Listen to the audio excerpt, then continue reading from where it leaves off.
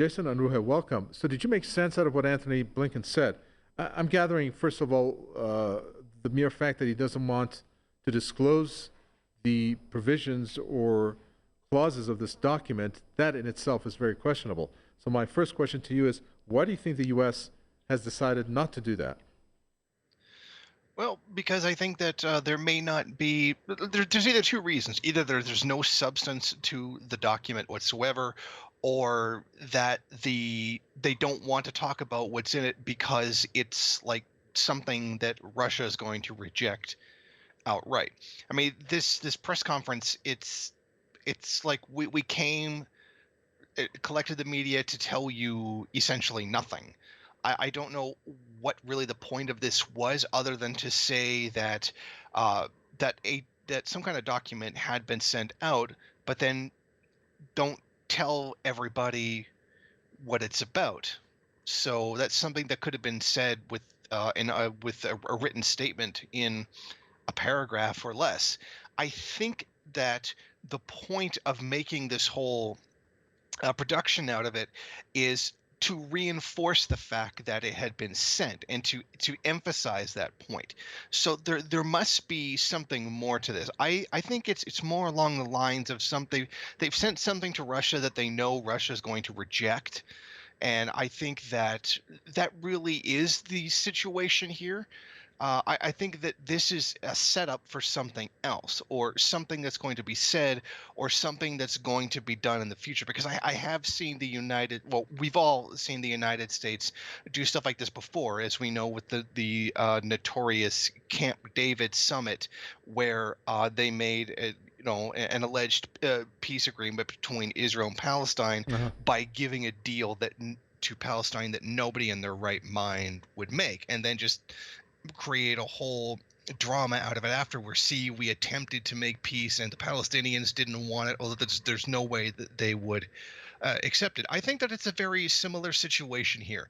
I think that the fact that they will not talk about what it is that's in this document is very telling in and of itself. It's more like you have to read between the lines kind of thing to see what they're really getting at. Sure. Well, let's look at the psychology here in terms of what is behind the way that this was presented. And correct me if I'm wrong. I'm no analyst, so I'm just going to give you my impression. You're having the U.S. Secretary of State after weeks of heightened tensions, boiling point, where it seems like there's going to be some kind of military entanglement, come out in this press conference saying there is a document. We've given it to the Russians. We're not going to tell you what it is. It does address, uh, so to speak, the Russian concerns, but it sounds like they have a gun against Russia's head because I don't know if you listen to the Anthony Blinken's words there, Jason Unruhe. He was very strong in saying, well, we're going to give them, we have given them 830 or 283 tons of weapons. We're going to give them more. We've called other countries, Estonia, Latvia, Lithuania, to give them arms. There's 8,500 U.S. You know what I mean? They're talking about all these arms and personnel and military equipment that they're going to give to their partners. It's almost as if they have a gun against Russia's head. Were Russia not to follow what the U.S. wants? Am I correct in reading it that way? Yeah, I would definitely see it that way too. They are basically saying, here's an agreement. Also, holding a gun to their head, as you said. I think that's a very good metaphor. I think that that is certainly sending a message, but it comes after, I believe it was merely earlier today, the Ukrainian government said tensions aren't really that high and everybody needs to calm down. Something to that regard. I think that the U.S. saw this, that Ukraine definitely does fear war. I mean, a war would be absolutely devastating for Ukraine itself, and is trying to calm things down a bit by trying to downplay much of the hostility. And this is the U.S. responding to that. Certainly sending that message to Russia, even if Ukraine suddenly decides that it doesn't want to go to war, that threat is still on the table from us. So you are definitely going to have to, watch your back. You are going to have to remain prepared. This is a threat, a definite, yes, a threat of violence while we're sending this document that who knows what's in it. I think that there may be even some kind of a double message here. Here's a document. Now you better sign it or else kind of thing. And maybe the contents of the document are ridiculous, which is why they're not talking about it publicly. But when you do combine these two facts together, I mean, this is all that we can do at this point. Uh-huh. We can only take what limited information we have and then extrapolate from that. That's definitely how I see it. All right, last question. You had Germany, in which you had that famous episode where you had the resignation that took place. If I'm not mistaken, it was one of the top generals that did that, and they said that it's nonsense, this threat of a Russian invasion. And now we're seeing, as you mentioned, Ukraine maybe bringing the level down a bit, of which I'm reading the last news on this. And I'm going to read this off to you. Russian troop buildup insufficient for major attack. That's the Ukraine minister that has Hmm. come out and said that.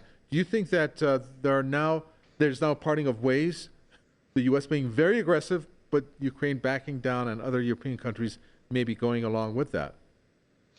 I definitely see the case. I think that generally speaking, the European public doesn't want to go to war. I think generally the people of Europe see this as a U.S. problem or a U.S. manufactured problem. There was Schoenbach, the head of now former head of the German Navy, who had said that it was, as you said, very unlikely that this was going to turn into something bigger. And then he also had said that Putin was deserving of our respect in this situation, which I would agree. I mean, he is a leader of one of the most powerful countries in the world. A basic minimal level of decency, of respect should be shown. And then the next day he mysteriously resigns from his post. And I think that is Germany definitely sending a message that this is not something that we should really say publicly. Although we should acknowledge that Germany is in a very difficult position because, like I said, there are great plans to bring natural gas into the country from Russia. And perhaps they fear some kind of retaliation if they do support aggression against Russia from the NATO side. But in general, they may simply just not want to be a part of this. It's Yeah. not really in their interest to go into the hostilities. This is really a NATO issue. This is really a U.S. issue trying to counter a global rival in this case. And I don't think that Germany really wants anything to do with this. It's not in their interest to pick a side in this conflict. They would rather stay out of Uh-huh. it, especially with, potentially. I'm saying potentially, there's a long shot, but they could spill over into their country as well, and that's something that they don't want to deal with. They've got their own problems. They've got their own inflation. They've got their own uh, COVID and joblessness. They've really got their own issues to look at Sure. right now, and they probably don't feel like taking on many of the aggressions of U.S. imperialism while it's trying to deal with its own stuff. Thank you very much for that, Jason Unruhe, political commentator there from Ontario. Many thanks.